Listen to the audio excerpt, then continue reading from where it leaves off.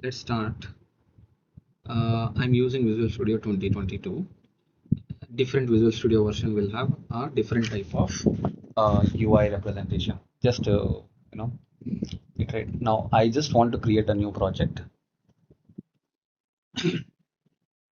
of type console application. You come to the search window, type a console. You see here there is two different type of console applications. I'm just choosing this. You can choose any later. Then click next. Now you just give a project name. I'm giving a project name as entity framework demo, just a quick demo. Okay, so I save this in some location.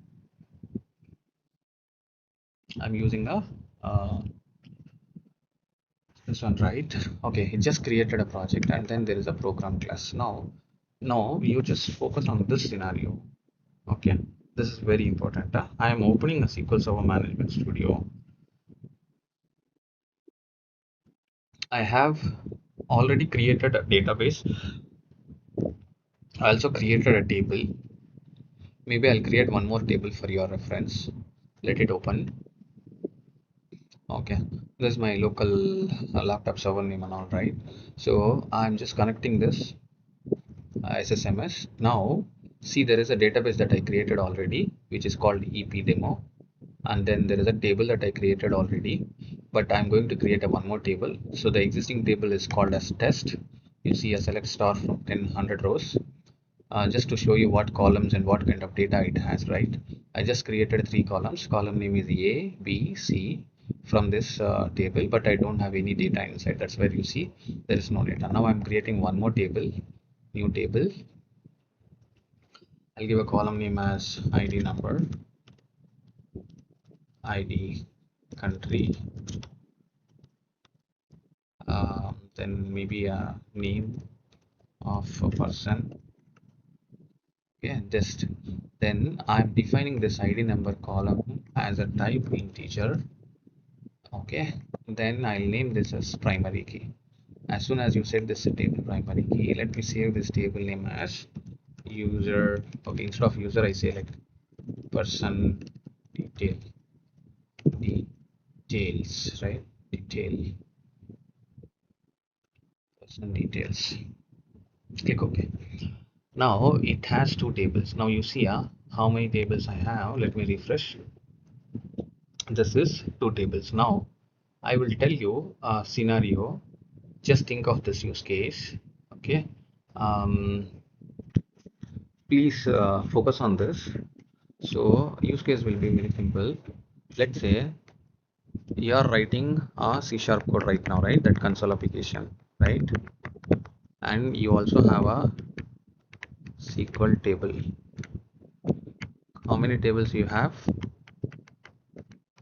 Test table, see here, and then person detail table, right? Number two is person detail table, right? These two tables you have. Now in earlier type of programming language, right, when you know C#, you used to connect with the SQL Server database, SQL DB, using an approach called if you go back and remember, right, we used to do SQL open connection, okay, like a con dot open, then execute reader, something like that, right? There are many operations using a plain SQL to talk to our database. Now instead of writing a, this is basically a plain SQL queries or stored procedures.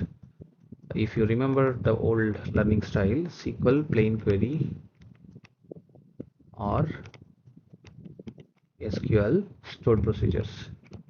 So we used to write ourselves to write the code. Now with the entity framework, there are multiple approaches. What we are doing, we are adding a entity framework in a C# application. It internally connects to DB. Okay, so basically let me change this color. It is easy to identify what we are using here, and then yeah, stocks to database. So this is the entity framework model that is called in a C# as ADO.NET entity framework. Okay, for this ADO.NET entity framework, how do we you add into our C Sharp application? You see this, go to Visual Studio, right click on a project template. Okay, let me show you how do we add an entity framework to an existing uh, console application project. You select a project, click on add a new item, and then here there is something called in this templates, right? These are the available templates, we call it as. You have to choose this ADO.NET entity data model. Either you choose this way or you just search here saying that entity, it will come related whatever is there, it's like such, and then you just select this, double click, choose this option for now, code first from an existing database, right? Click next. So it will ask you to create a connection. I have created a connection, but let me show you again. You just say this is my local database, huh? So this is how I'm connecting to the SQL Server Management Studio. Just choose your database, epdemo. This is the database that we have created in the backend. Click OK. See, this is the database, right? epdemo, and then within this database, I have a table called person details. I'm expanding this under tables. You can see these are the tables. Okay, once you have a connection, right? What we do,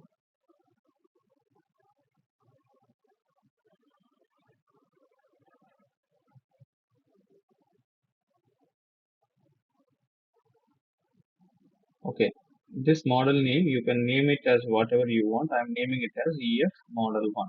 Okay, why? Because there is something I did, so I just wanted to choose this as EF model 1. Click next.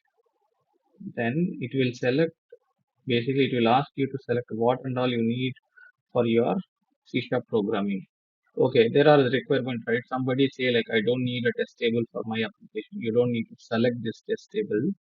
Okay, I just need to show you like both the tables in my C Sharp application. So I'm selecting both the tables.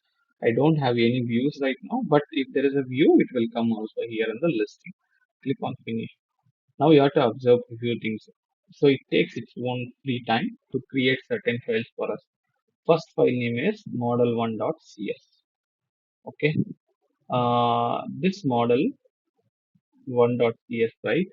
This is basically knows about all your database relations, database related table information, connection information, everything. This model file is very important to work with your any tables available in your database. You see, this one is called as person details. This one is called as again a person details. Why it generated two times? I'm not sure. Maybe okay, and then test. It's total three fields if I'm not wrong. Okay. So only two fields I have, ID country and ID name. Then there is ID number, ID country. Okay, somehow it is giving like all the fields except the primary column fields. Okay, on model creating, it just gives this. Okay, and then it also shows how many tables you have here. How many tables you have in your database, person details and test. So each table is called as a DB set. Remember a DB set of person details, DB set of test. Okay, so I just wanted to show you one thing here. Let's say if you want to define a string property, what you do, public string name get and set, right? Same way, if you want to define any object type as a property, this type will change. Instead of string, it becomes a different object type called DB set of person details. That is the only difference. So you see here, entity framework says this is a DB set because that understands only DB set models. Okay. If somebody like normal developers, right, if there is a development that within C Sharp application we want to create a type as a person detail. This is a single type of get and set. Let's say you want to create more than one object to be stored with one list. This is the same thing. You just need to say list of person details. This becomes the details. You see the plural letter or singular letter. Huh? This is a yes means plural. Basically, this line number 21 and line number 24 is the purpose of same. But just because you are doing DB operations with this line, it is coming with the DB set. It is basically generated by entity framework. This is generated by us. Okay. So just to show you how do we create a property, I did this one. I'm commenting this. I leave it as is what it is being created by entity framework. Now you see how simple the entity framework created all the class files for you. You see this class file, all the columns here. One is a key column, which is a primary key. Remaining other columns are here as well, like ID, country, name of person. See backend. First column is ID number, which is a primary key, right? Second column is ID country, name of the person. You want to see what columns and what kind of keys it is. See here. This is how we created, right? So it comes back. Now, this is what I'm trying to say.